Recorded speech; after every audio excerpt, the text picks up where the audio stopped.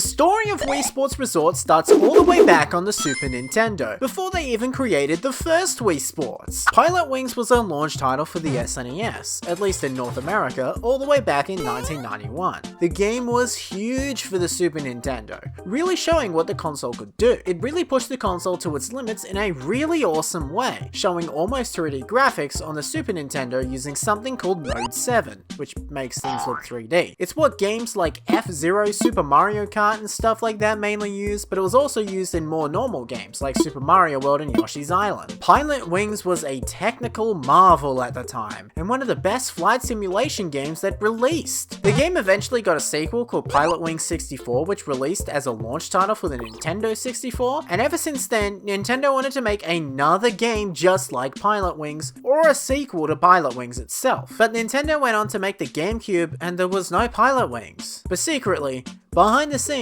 Nintendo was working on something even better than Pilot Wings. Something that would change gaming forever. Hi, I'm Charlie, I'm back, and welcome to 2006. Well, it's not 2006 right now, but that's the time period we're talking about. The Wii was shown off at E3 2006, 2 years after announcing it in 2004 as the Nintendo Revolution, and a few tech demos were shown off with the game, all under the name Wii Sports. The usual games that we know from the original Wii Sports were there, but there was one more also there, Wii Sports Airplane. Wii Sports Airplane took the gameplay from Pilot Wings almost 1-to-1, kinda, and had a massive island that wasn't named at the time to fly around. Now it's cool to see the airplane here, as it ended up being in Wii Sports Resort, but the more interesting part of this short little demo is the island itself that you fly around. This island didn't really have all that much detail, but it did have a few key parts in it. It had a massive volcano-like mountain, a road that goes through said mountain, a town, and a bay. Look familiar?